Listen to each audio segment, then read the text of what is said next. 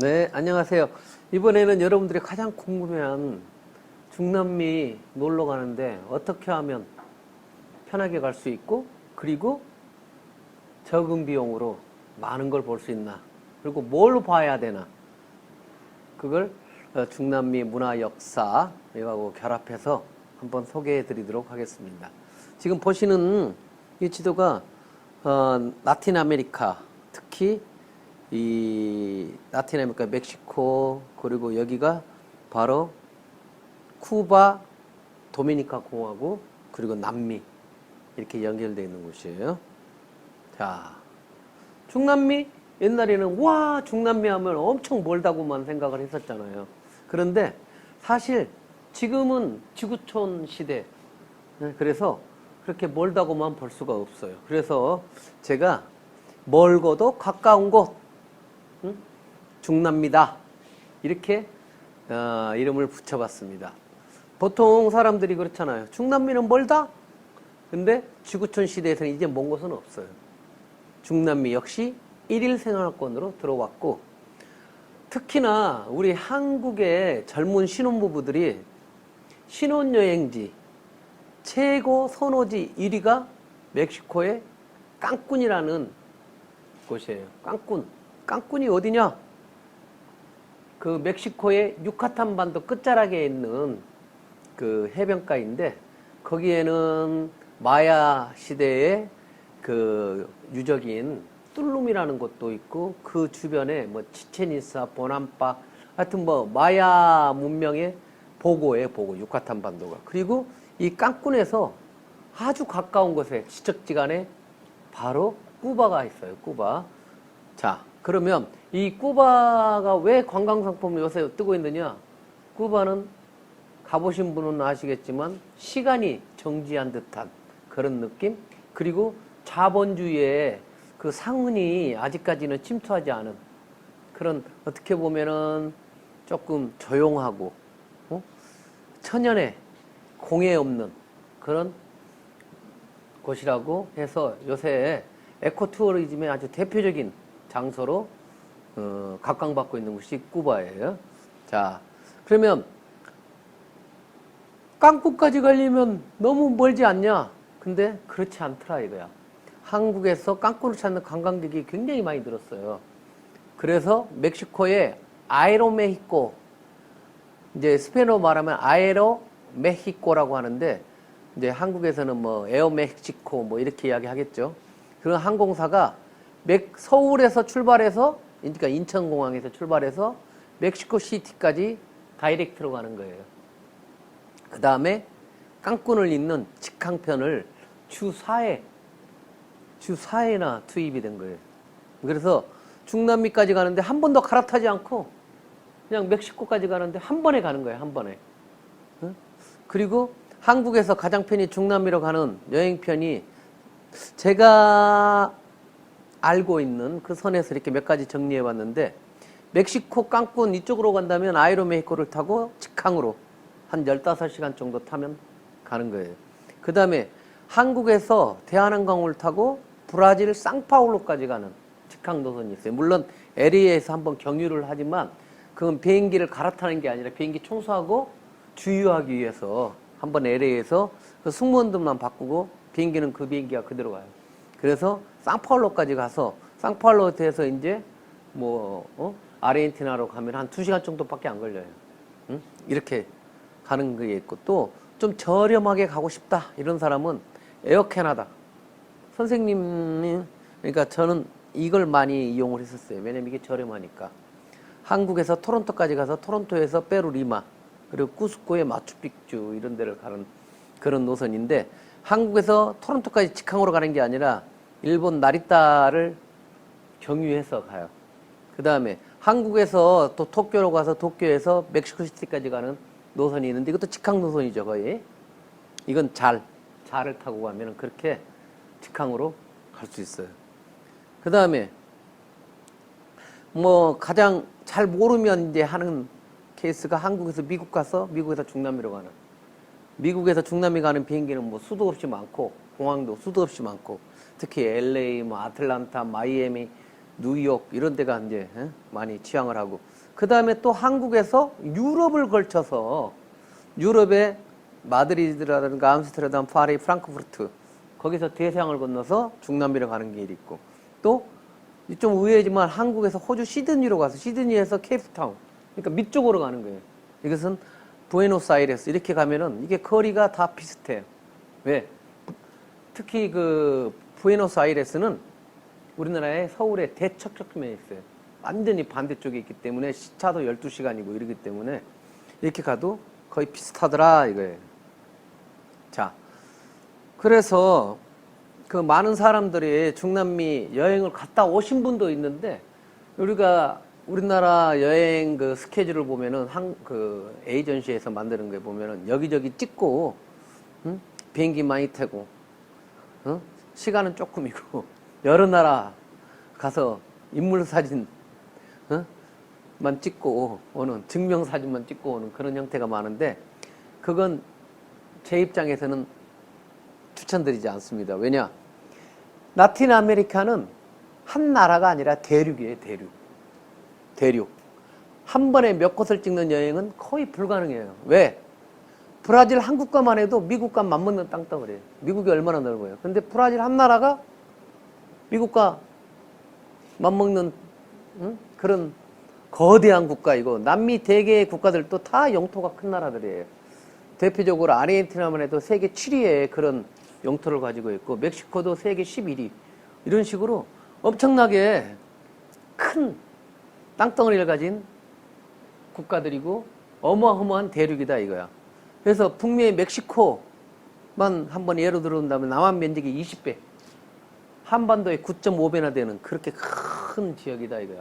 그리고 우리가 쿠바를 이야기 많이 했는데, 쿠바는 섬나라라고 하니까 뭐 쬐끄만한 섬나라인 줄 아는데, 쿠바 역시 우리 남한만 해요. 그러니까 작은 곳이 아니다 이거예요. 그래서 몇 가지 특정한 루트를 찍어놓고 가는 게 좋다. 여기 지금 보시는 것은 그 카리브 지역을 도는 크루즈선이에요. 크루즈선. 이런 배를 타고 한번 깐쿤에서 아바나, 쿠바의 아바나 한번 타고 가는 것도 낭만, 행복의 절정을 맛볼 수 있는 거 아닐까 싶어요. 자, 그래서 이 중남미 전체적으로 보면 관광 산업이 굉장히 화랑이었어요.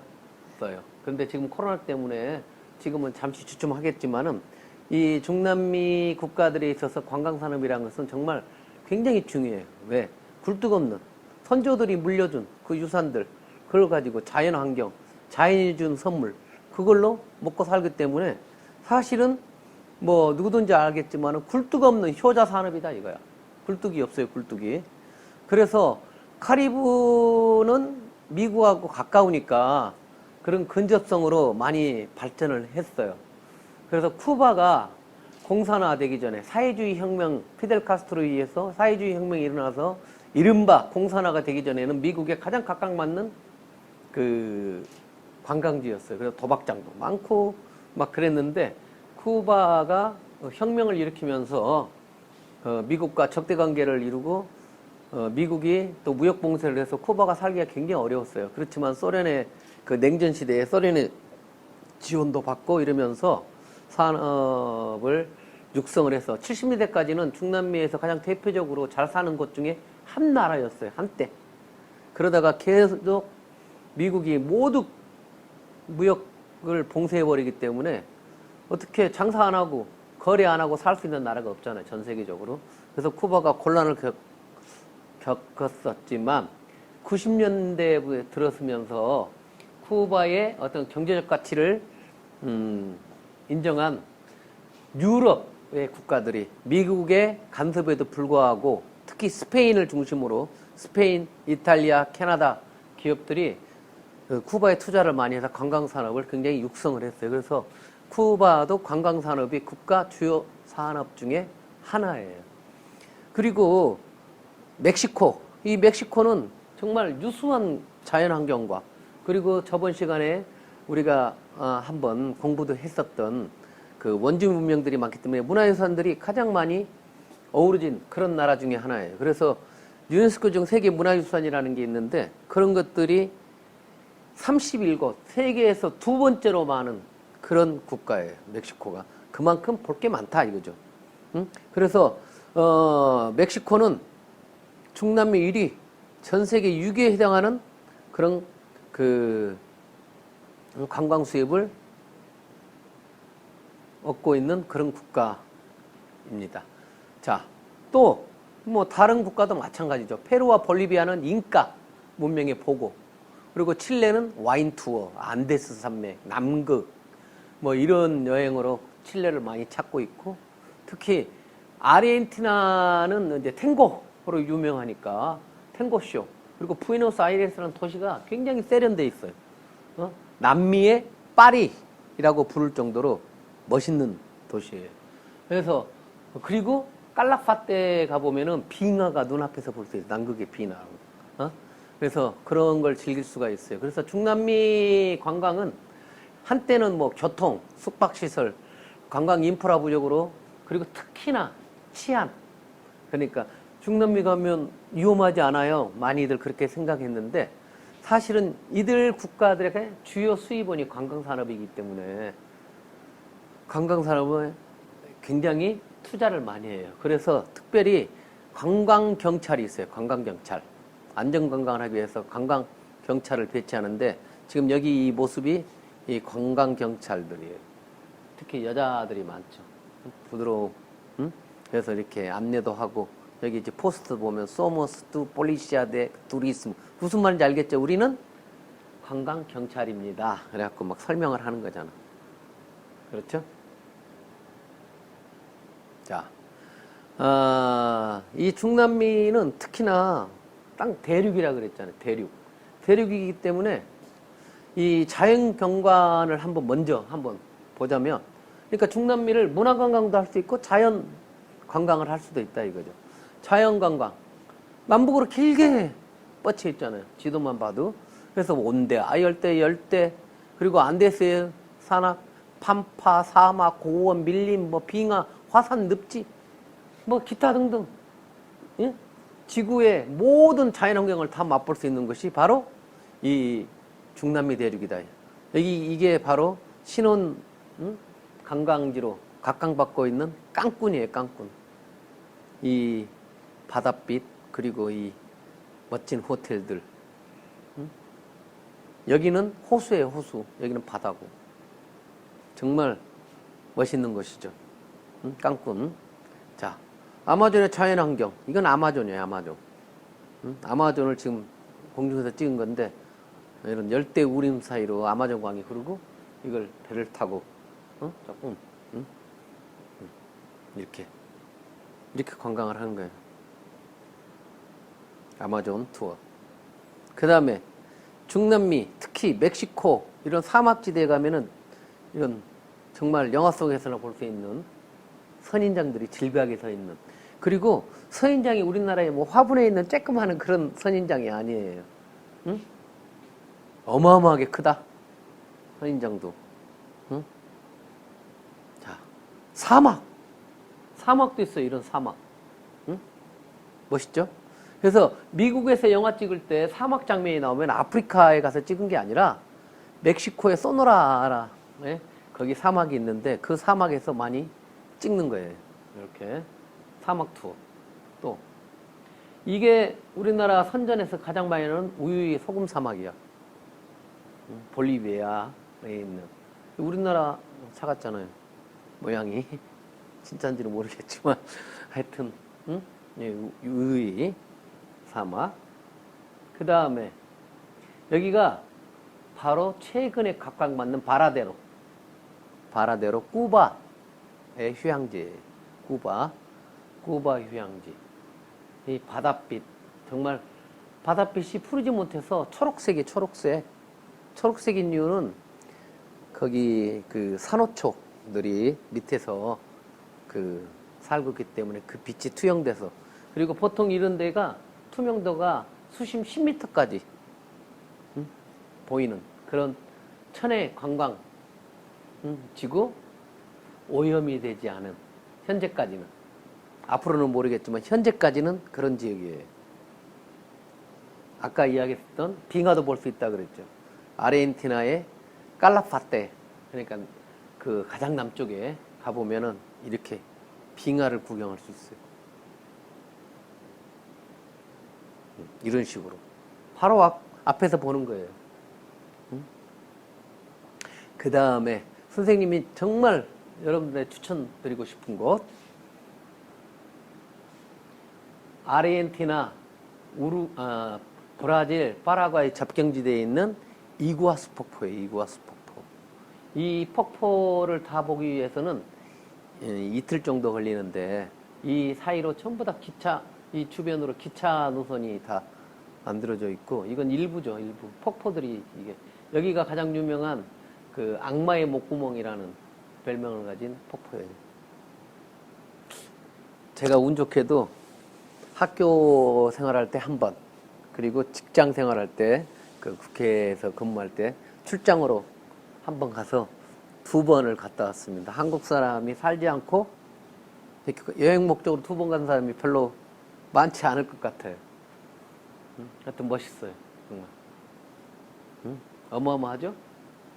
이 폭포가, 폭포라는 게 이렇구나.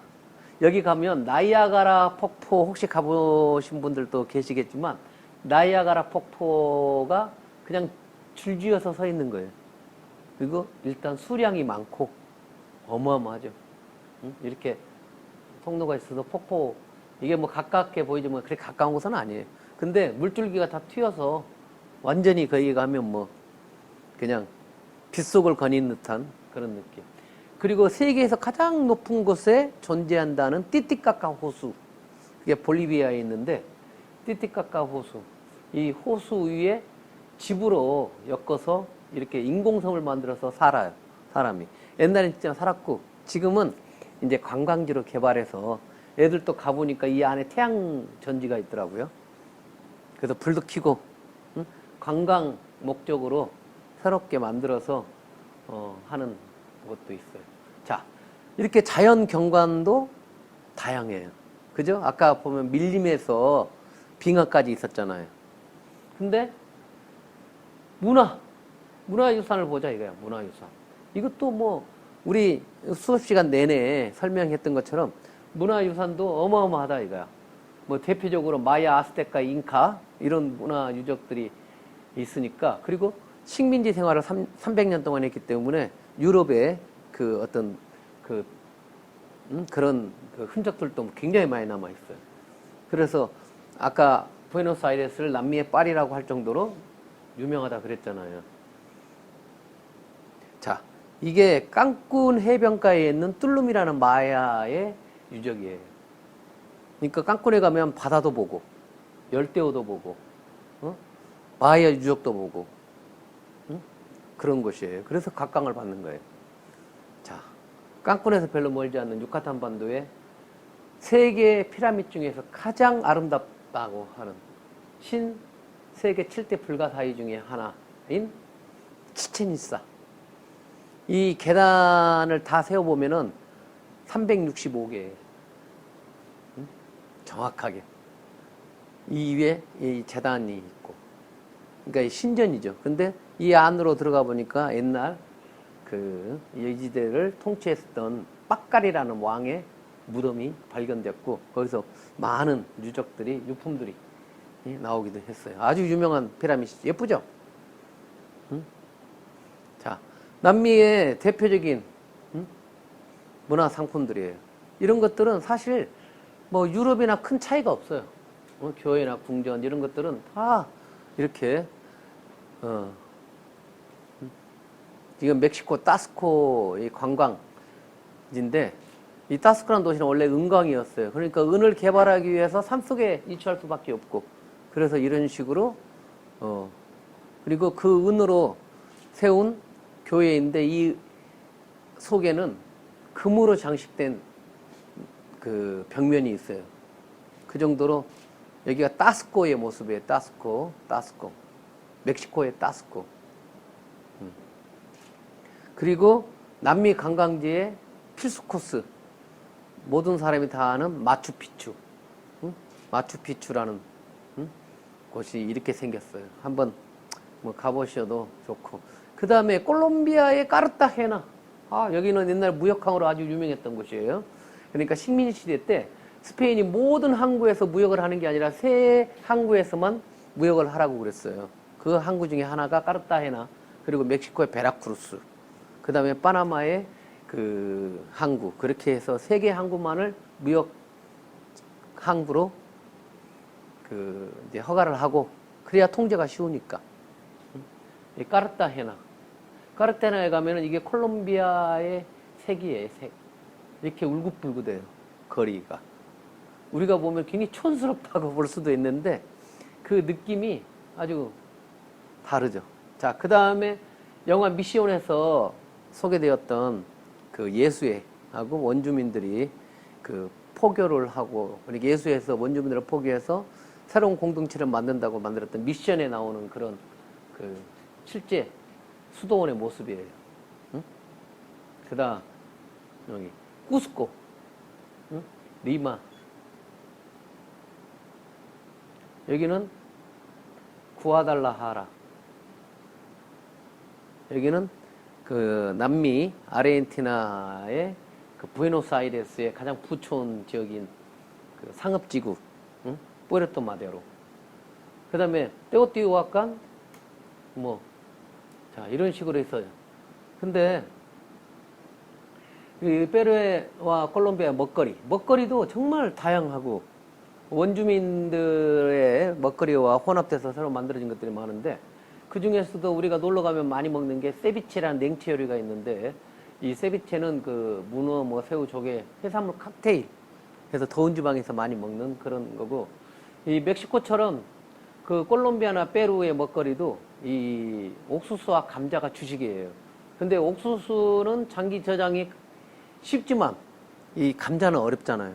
그래서 감자를 낮과 밤의 기온차를 이용해서 냉동 건조를 시켜서 보는 게 추노라는, 응? 그래서 전략 상품이었어요, 옛날에. 응?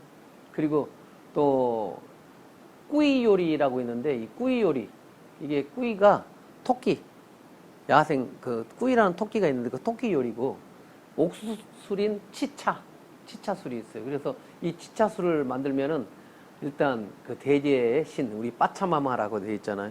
대지의 신인 따빠차마 한참 바치는 거예요. 우리 성묘 가서 이렇게 하는 것처럼, 산타 띠에라 빠차마마 하면서 이렇게 손가락으로 탁탁 생겨서 치차 술을 한번 뿌리고 나서, 그리고 얘들은 옥수수로 만든 또르띠아, 그러니까 또르띠아가 밀전병 같이 생겼는데, 남미에서는 이걸 아레빠라 그래요. 아레빠. 이 페루에서는. 그래서 이게 추노라는 냉동 감자고, 이게 추이 요리예요. 토끼처럼 생겼잖아요. 응? 자, 그 다음에 이제 브라질의 음식 문화를 보면은, 브라질은 뭐, 그렇게 원주민 전통 문화가 없었기 때문에, 뭐, 원주민식의 어떤 그런 요리보다는, 고유한 그 음식들, 그 자체적으로 개발된 음식이 많은데, 가장 유명한 것은 페이조아다. 페이조아다라고 볼 수 있고, 그리고 뭐, 우리식으로 말린 쇠고기, 육포, 그런 샤르키, 그리고 소고기를 부위별로 원하는 만큼 직접 구워서 먹을 수 있는 슈라스코, 이런 것들이 브라질의 그냥 대표적인 음식인데, 이게 바로 아까 얘기했던 페이조아다. 이게 검은 콩 넣어가지고 이렇게 막 햄도 넣고 뭐 고기도 넣고, 쉽게 말하면 어떻게 보면 우리들의 주식, 우리 밥 같은 거예요. 자, 이게 슈라스코야. 부위별로 이렇게, 여기는 정돈돼 있잖아요. 그런데 좋은 레스토랑 가면은 그 직접 가져와서 잘라줘요, 앞에서. 이 슈라스코, 이게 샤르키야. 육포잖아요, 육포. 우리하고 똑같잖아요. 그 다음에 멕시코의 먹거리. 멕시코의 먹거리는 너무도 많고 너무나 다양해서 제 세계 3대 요리 중에 하나라고 불릴 정도로 다양한데, 특히 멕시코 요리가 유명한 것은 우리 입맛에 잘 맞아요. 특히나. 그러니까 약간 맵기도 하고 좀 짭짤하기도 하고, 뭐 그 외에도 이 많은 소스들이 고추, 이게 원산지이기도 하고, 멕시코는. 그리고 또 한국에서 조금 요새 각광받고 있는 아보카도, 뭐 이런 것들이 많아서, 멕시코는 땅덩어리도 크지만, 뭐, 워낙 식자재가 많이 나오고 있고, 그리고 원주민 문화도 거창했고, 그 다음에 식민지 시대 본산이었고, 이래서 혼합이 많이 돼서 정말 먹을 게 많은. 그리고 무엇보다도 유명한 멕시코의 술 하면은 테킬라. 응?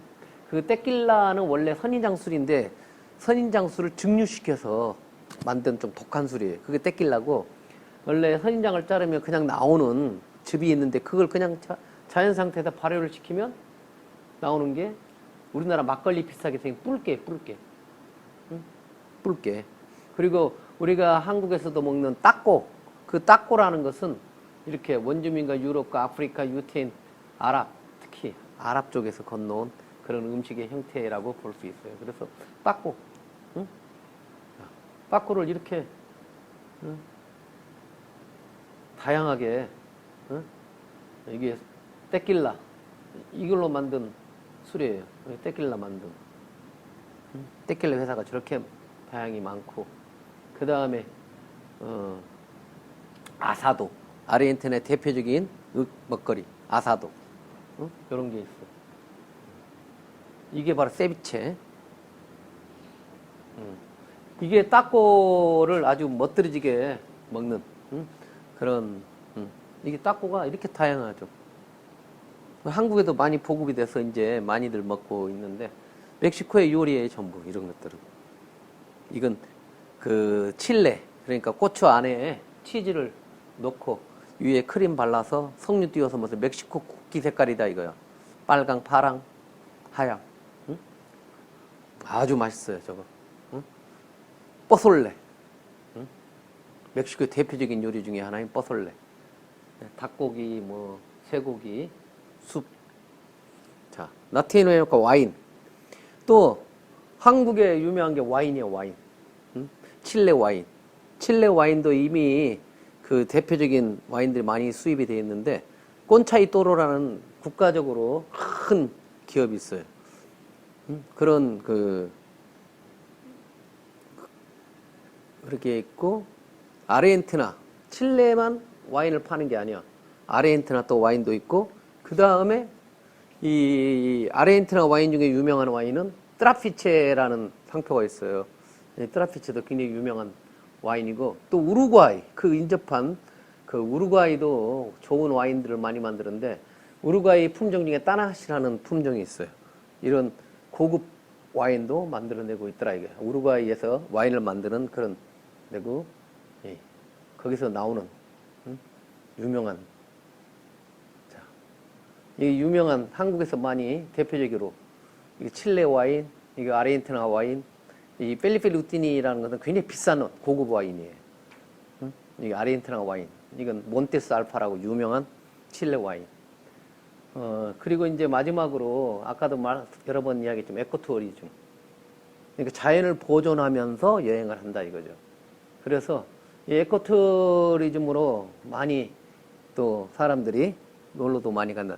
살아있는 자연을 직접 경험하는 거야. 생태계를 훼손하지 않고. 그 다음에 또 중남미의 관광 중에 유명한 상품이 하나가 있는데, 그 의료 관광이라고 해서 그 코스타리카, 특히 코스타리카에 의료 관광을 많이 간다 이거야. 서비스가 좋아. 값도 싸고. 그래서 이렇게 많이 늘어났어요. 자, 그 다음에 마지막으로 이건 뭐 여러분들이 가도 좋고 안 가도 좋고 그런데, 브라질에 가면은 산등성이 달동네, 파벨라, 이걸 소재로 영화도 많이 찍었고, 그래서 이 파벨라, 이렇게 생겼어요. 우리나라 달동네. 그러니까 어찌 하려 해도 하기가 어려운 그런 장소에 이렇게 제가 좀 빠르게 말씀을 드렸는데, 이 라틴 아메리카의 관광지는 정말 뭐 문화상품도 많고, 또 뭐도 많다? 자연경관. 자연경관을 그냥 보는 그런 상품도 많아요. 그래서 제가 빠른 속도로 그 자연 경관을 보러 갈 수도 있고, 또 문화상품, 그리고 먹거리도 다양하기 때문에 그런 식으로 그 중남미 여행을 한번 하시면 좋은데 가장 좋은 방법은 처음에 제가 소개했던 그런 비행 루트를 타고 가시고 어느 특정한 목적지 한 곳만 찍어서 그곳을 가게 되면 가장 행복하게 중남미 관광을 할 수 있지 않을까. 가서 시간이 나면 투구도 한번 보고 그리고 축구도 한번 보고 탱고도 한번 쳐보고 이런 생활 속에 느낄 수 있는 그런 관광이 되어야만 오랫동안 기억에 남고 자랑거리도 될 수 있다고 생각합니다. 찍고 가는 건 의미가 없다. 자, 멋있는 중남미 여행 한번 계획해 보는 것도 좋을 것 같습니다. 저랑 같이 간다면 언제든지 저는 오케이. 여러분들 기다리고 이 중남미의 음악도 들으면서 춤도 추면서 즐겁게 생활하시기 바랍니다. 코로나 시대 멋있게 이겨내시기 바랍니다. 지금까지 중남미에 대해서 소개를 해드렸는데 하여튼 여러분들하고 같이 이런 시간을 가지게 되어서 굉장히 감사합니다. 그리고 끝으로 우리 유수빈 복지사도 물심양면으로 도와줘서 감사드립니다. 자, 그럼 여기까지 강의를 마치도록 하겠습니다. 바이바이, 아디오스, 아미고.